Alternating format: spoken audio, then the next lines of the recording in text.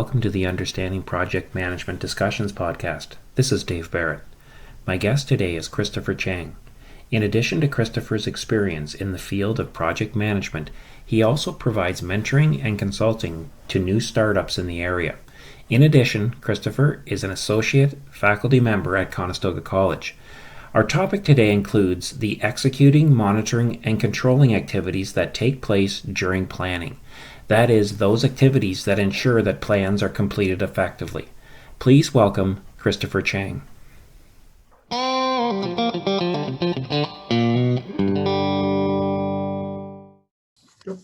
Hey Chris, how you doing? Oh, not too bad, Dave. Good to be here. Good. Well, thanks for coming on. So, our topic today is about the sort of what happens after planning takes place on a project. So we've got this sort of big time period on a project called executing, the executing phase, or it's the development or construction. It has various names in various industries. And I just want, that's sort of the topic that I want to talk about. And it's almost like, just to sort of set the stage, it's sort of like if this was a play that we were organized. If we were doing a play, the dress rehearsals would be done. The script is written, and now it's showtime. We're about to perform and actually provide the play. So that's sort of how I see the sort of the executing phase. And so I guess my first question is how do you find it different, sort of, as you're kind of moving away from planning and into executing and kind of the production of whatever you're doing, is what changes? Like is there a change in the project at that point?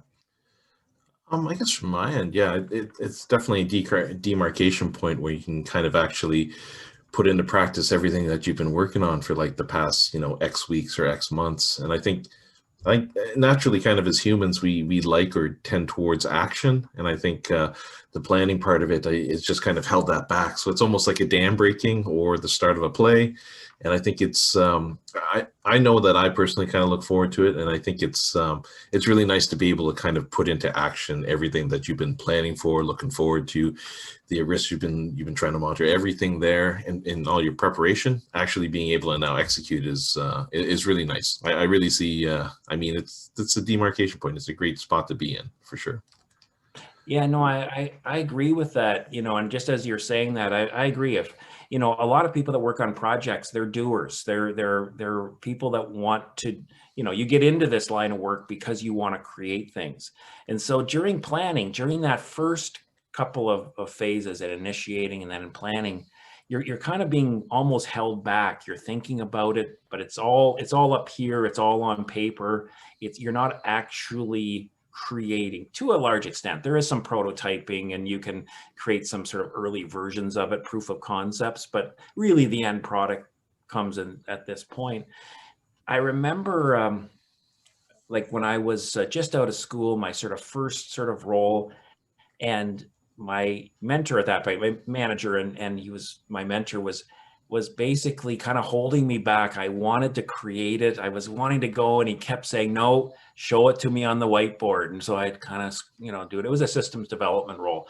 So I kind of show him on the whiteboard, and he'd work on it and then say, okay, go back and think about it a little bit more. And it was like, oh, like, okay. So then I'd go away for a little while and then come back and okay, here it is. And then it was that sort of thing. I was biting at the bit to do it, but he taught me a lot about planning, a lot about thinking it through, and so on. So, but yeah, that is kind of cool. As that you, this is the part that you're kind of looking forward to do that executing. Yeah, yeah. The way I look at it, we're always going towards this theoretical target, right? We're trying to set that project baseline for the cost of budget, the timing, the schedule, the scope, the quality stuff, and so. But it always seems like it, and it is by nature, theoretical. And just being able to put the rubber to the road, if I can use that phrase, I think is something that we all kind of look forward to. It's awesome to kind of see how close or how far away, I guess, you are as far as your baseline. And you really only find that out once you start kind of working on it, right? And once the action and the execution phase really starts rolling in. Yeah. So I mean, and every project's going to be different as far as whatever industry it's in, whatever product it's producing. But again, like the monitoring controlling thing is, to me at least, it seems to be fairly similar regardless of what that product or industry that you're in. There's that common elements of it, which is really kind of nice, that transferability of kind of what you're doing, regardless, again, of product or industry. Right. Those are common skills. Like yeah, you're right. The monitoring and controlling doesn't matter if you're in software or you're in, product development or construction or whatever. There's that common process that you go through. Speaking of which, I mean, you did say, we'll see how we're doing, like it's kind of, you want to see once you put, get that rubber to the road, how it's interesting. You're anxious to see, well, how well did I plan and so on, and how is it working out? In my experience, it's rarely that it works out exactly the way you planned. It usually varies. And it usually varies, maybe not positively. Like we're talking, for example, let's talk about schedule. Like one of the key things you look at is, the time, is how are we progressing timeline. And, at any one point you can be ahead of schedule, on schedule, or behind schedule. It varies, but in my experience, it's often lagging a little bit, like you're fighting to keep your schedule. So, is that something, would you agree, or how's your experience on that?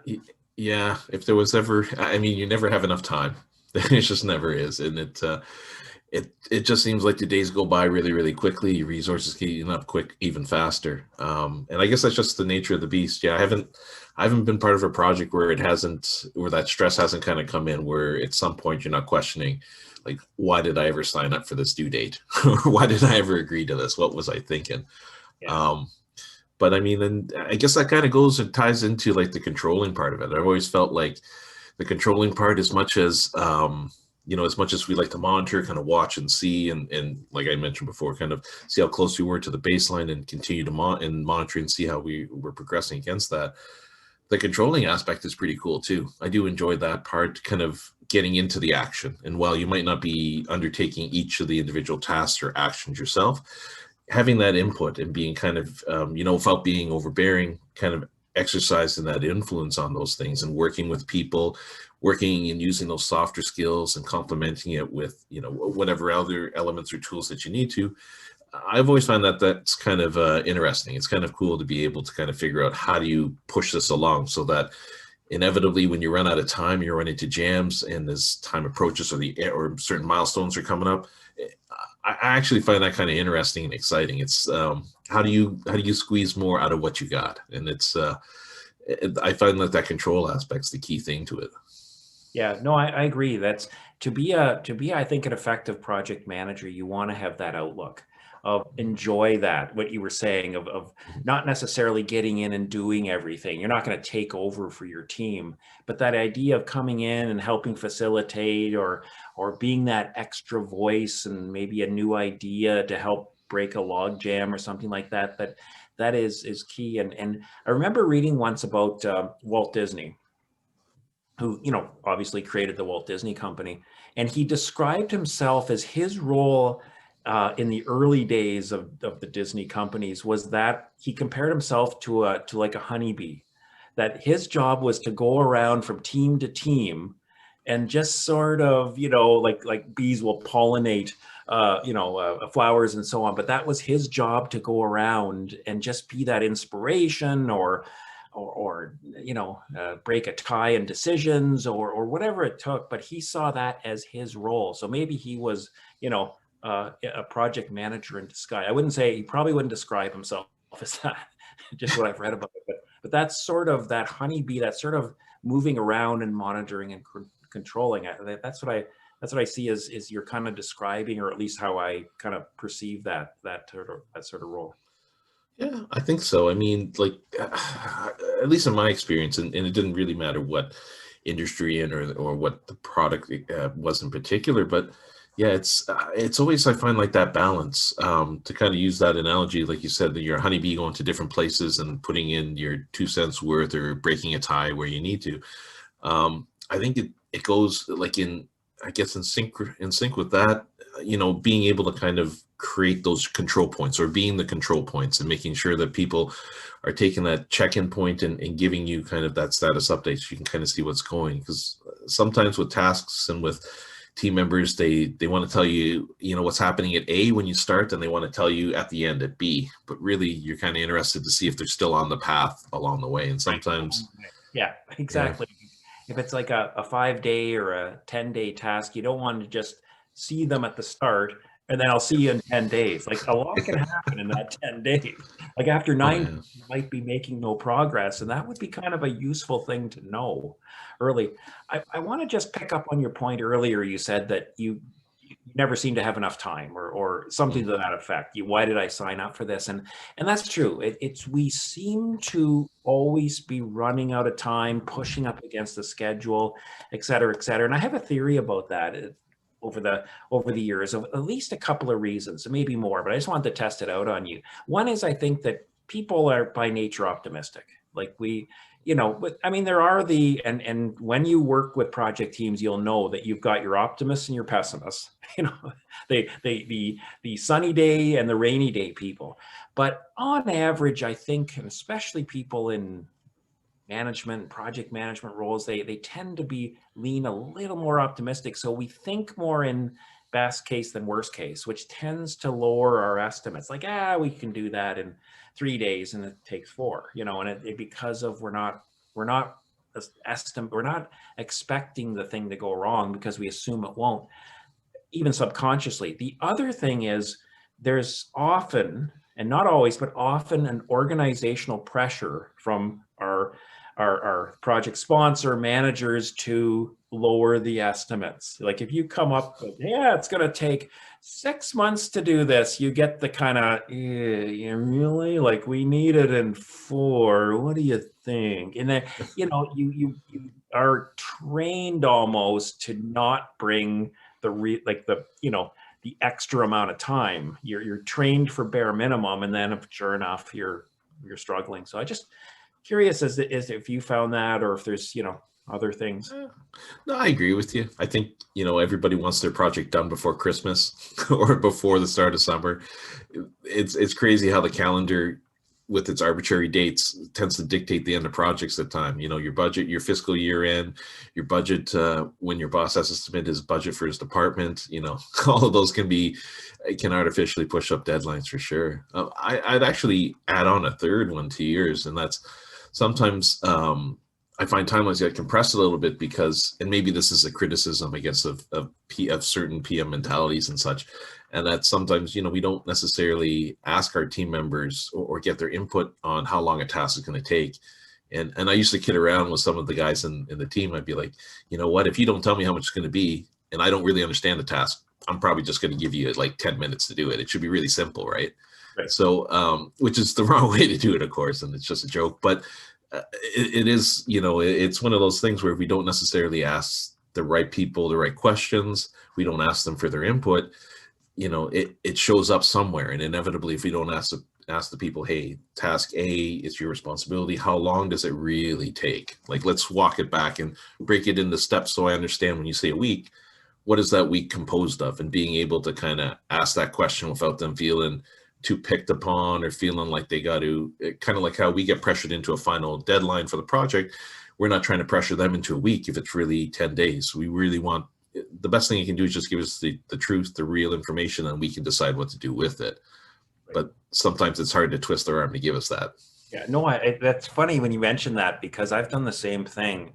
And it is true. I agree. We as project managers shouldn't just, solely come up with duration estimates, and we should be involving the team, getting their feedback, and of course you can't always satisfy everyone's opinion, but you should be gathering it and sorting through that. And but when you said that, I'll give you 10 minutes. That triggered a memory, is that when I've often gone to team members to get, what do you think this will take? Because I may not know. Maybe it's a type of work that I don't know, I don't do, so I don't know it for sure. So in some cases, I would have the person say, I don't know, I can't tell you. And then you, oh, what do I do? So then I do what I called the high-low game with them, where I'd say, okay, so what do you think of 10 minutes? No, no, no, it's more than 10 minutes. Then I'd say, well, what do you think of 2 weeks? Oh, no, we can do it faster than that. Well, how about 5 days? They'd say, oh, we need a little more time than that. I'd say, how about 7 days? All right, that sounds. And so you basically by giving them bounds, and it was just like a fun game. It wasn't trying to pressure them, but I think they were reluctant to just, I don't know why, but just come up with the number themselves. But it was just a way of. And so when you said about the, almost kidding with them, hey, I'll give you 10 minutes, so tell me what it really is, what your real opinion is, then that's the way. But the bottom line is getting, you'll make the schedule better in the first place with that input. So my next question is, speaking of that though, given oftentimes we are struggling to get schedules back on track, what do you do in those sort of situations? Like what's your, how do you recover time on a schedule? Oh, sorry, I couldn't hear you, Dave. You just cut out for a second. Can you just repeat the question? Yeah, the question was, given schedules are usually behind in most cases, how do you get yourself, what are the tricks that you have in your toolbox for getting the schedule that's a week behind? How do you get it back on track without cutting the scope of the project, of course, like without doing less? What's your go-to? Yeah, I mean, sometimes as much as you manage the schedule and as accurate as you try and or account for all the possible variances up front, yeah, inevitably there are times when you kind of fall behind, right? I always find that even if you fall behind by like, let's say, 2 or 3 days, if you understand like what your total timeline is and your total schedule, I always find it's easier to nip it in the bud. It's easier to ask guys to say, hey, can you help me out here? We need to really catch up and get back on schedule. Asking them, if we can extend some of the hours, or asking them to change priorities on stuff, asking other guys to lay a hand out and try and figure it out within the team and the hours and skills that are available. I always find that that's probably the first thing that I try and do is I try and make the team aware that it's a team problem, and let's figure out how we can stretch this and get this kind of resolved within our available resources. And so I usually try, I guess the thing I try and do is I try and share the responsibility and not feel that it's just, the PM who's got to come up with this, magical solution. I want them to kind of feel a little bit of responsibility that, hey, maybe it's because something fell outside of our control, or maybe a team member got sick or something happened. But, we're really reliant on ourselves. How do we kind of fix this, and can we help ourselves get out of this jam a little bit? So I think that's probably the first trick that I do is I try and turn it back on the team and try and lead them towards, the end goal, which is, if everybody puts in a couple more hours, we'll make up that day or 2 days. And then it's not hey, we got to make up 3 weeks. How are we going to do that? Which I think teams tend to balk at, and they don't really appreciate that, I think. Yeah. I mean, so a couple of things that I heard there that I just want to sort of repeat back to you. So one is, I think you were referring to early detection, so like the sooner you use like sort of nip it in the bud, that, yeah, if you can get to it early, it's not as big a problem, and then you can see why, and you can, so again, it comes back to how do you detect it early? Well, you're monitoring, you're paying attention, you have a decent schedule in the first place because you've got something to sort of measure. We should be here by this point after, a week or two. If we're not, then we should do something. The second thing is involving your team. I'm a great believer in, if the people closest to the work can often find solutions that you as the project manager don't know about. So if you can, like you say, involve them, they'll see things like when they're close to it, they can say, well, Chris, if I did this and then pass it to this person, or if we did this, we can do it faster. So they'll come up with things that you don't know about. And that's good. If you involve them, you'll get those things. I think the teams naturally, you're going to have different personalities in it, but I mean, I ask people sometimes, how do you get 20 years of experience? And it's by working 20 years. So I might as well take advantage of that if I can, right? I mean, if you've got a team of 5 and they've all been there longer than you, surely they have the answer, right? And I think team members always love to, it sounds kind of funny, but prove their utility, prove that they, can do more than just what their station is. And I think simple things like just getting them involved in those type of decisions and those types of sessions to get their input, I think it gives them an opportunity to do just that, to show that, that they're, have got different skills and abilities and capabilities and a lot of knowledge. People love to feel needed and wanted. And it's an easy way, I think, providing that form is an easy way for them to step up. Yeah, you're getting kind of a double hit there because you're getting good information, as you mentioned, but you're also, like there's very few people that would not want this, that wouldn't feel good about this, that, hey, he or she is asking my opinion. I'm valued as a team member. My opinion counts, and even better if, occasionally or sometimes your idea is used. Like, it can't be all the time, but even if sometimes it's a motivational thing. So you're getting like a 2-for-1 deal on that. So that's a really smart thing to do. Yeah, it's not too bad. We used to kid around too, though, in automotive. Like we'd release a part to production and be in there, and if you're monitoring it, some of the challenge would be like the guys on the floor after a while, because regardless of how we run it, but sometimes there'd be feedback boxes and they would give it to us, and management would be like, you got to go through each of these. There's some gold in here.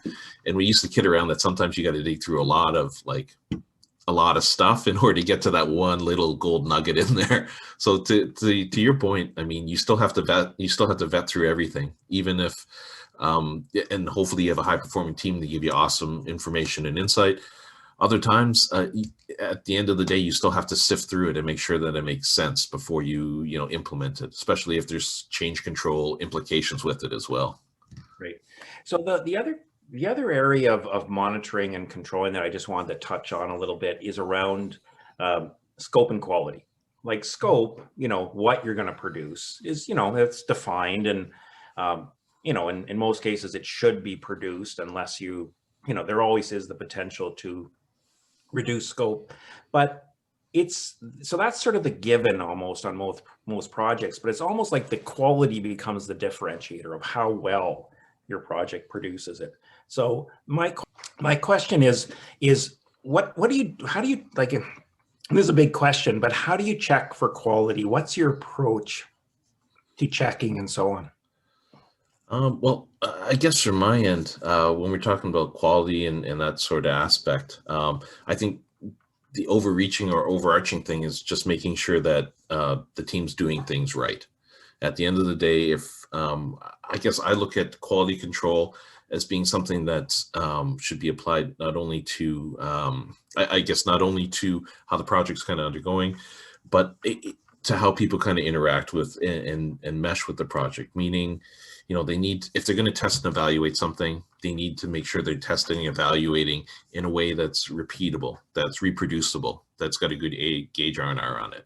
There's no point putting together something that's a little bit slack or a little bit easy if at the end of the day there's potential for you to kind of compromise things. So I would say that, we want to make sure that guys are doing things right, no matter what the task is. And then I think when you delve deeper into the quality aspects of like a particular product that you're producing, probably a couple things: making sure that that you're testing and evaluating the right things, but that you have that set up so that you are testing and evaluating the things that need to be done relative to that baseline. Right. And then you kind of want to make sure that you're not just controlling, right, but that you're meeting the acceptance criteria behind there. So you're not just meeting the print, but that you're also making sure that what you're able to produce, the customer is ultimately going to accept. Because sometimes, I'll say sometimes when you're working within a team, at least from my end, sometimes they don't differentiate between the two. They look at, scope control as the same thing as acceptance. And it's not necessarily, to me, they seem like divergent things. One is making sure you meet the prints, and the other one's making sure the customer accepts what you're producing ultimately. Right. So I think having them kind of understand that difference is to me kind of part of it as well. Right. I don't know if that answers the question though. No, there's many. Yeah, it's a big topic that we just talked about. Yes, and for sure. I guess just a couple of thoughts on that. You first started talking about, that you consider it to also be how you're doing things and making sure the interactions are correct and so on. And that's sort of a, sometimes teams don't realize that's an important aspect of quality in general, quality planning, but also in the executing phase, is that constant attention to process to make sure that, yes, in order to get that output out the door that's working, we have to pay attention to how we're doing the work. So reviewing the sort of the way that things are flowing through your project, making sure there's those double checks here and that we're signing off there, and that, we don't lose requirements or updates, and that we're constantly, checking the machinery of our project. It's not real, I don't mean real machinery, but the virtual machinery, to make sure that it's well oiled and well maintained. That itself will help. That's that's the one aspect. Then the other is just that making sure that I like the idea of that, making sure that your team understands that it's not just that the item, whatever we're producing, meets the specifications on whatever the paper, we said it would do this and it does that, we're good. There's also that customer involved, who their expectations may have evolved a little bit. There is this idea that ultimately quality is in the eye of the customer. So if you just say, well, it's on this piece of paper here, so we're good, you could have an unhappy customer. So building that into your project team and into their awareness is good.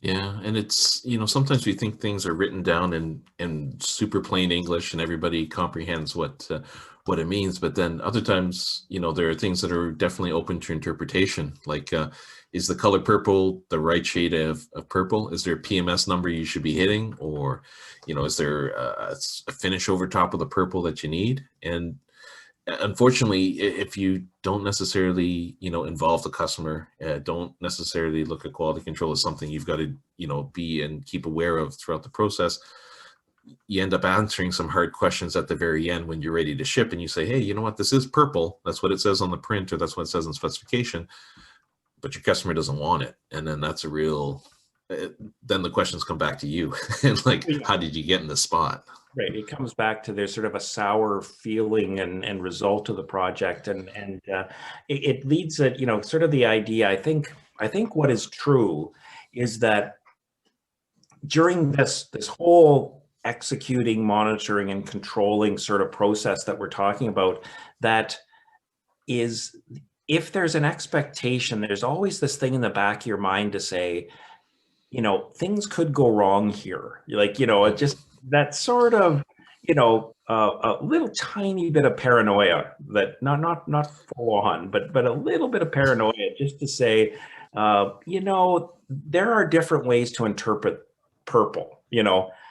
There is violet and there is, fuchsia, for example, and there's a big, broad range of assumptions there. And even though it says purple on the specs, the customer is going to be mad. So maybe we should check that out. That sort of questioning, checking back, just thinking it through there is, I think, an important part. It's almost an undocumented part of quality control. I don't remember ever reading this, but it is, I think, true. Yeah, it's you never know with the customer, and like you said, ultimately the customer is right. And if they want to pick, if they want to split hairs on something, it's well within their discretion to split those hairs. And I think it comes down to that related cousin risk, right? I mean, there's always those types of aspects, and maybe that falls under that category. And that's sometimes an underappreciated thing of what you're trying to do within monitoring controlling, and that's kind of assessing how important you're managing those risks, identifying new ones, and making sure that you at least have some sort of plan or trigger so that you understand when you need to kind of look to enact that plan. But maybe those two types of things are related somehow. It certainly, I mean, the where we are right now in the executing and monitoring and controlling it tracks everything in terms of all of the different quality, scope, schedule, risk, even we haven't even talked about communications, but Oh, right. we're running out of time on that. But on that note, I just wanted to say, Chris, thanks very much. It's been an excellent conversation, and really enjoyed your insights into this process. And thank you for your time on this. Oh, no problem. Thanks a lot, Dave. Appreciate it. It's always, maybe it sounds geeky, but I always like talking about this stuff. So I appreciate the opportunity for sure. Sounds good. Okay, we'll talk to you again soon.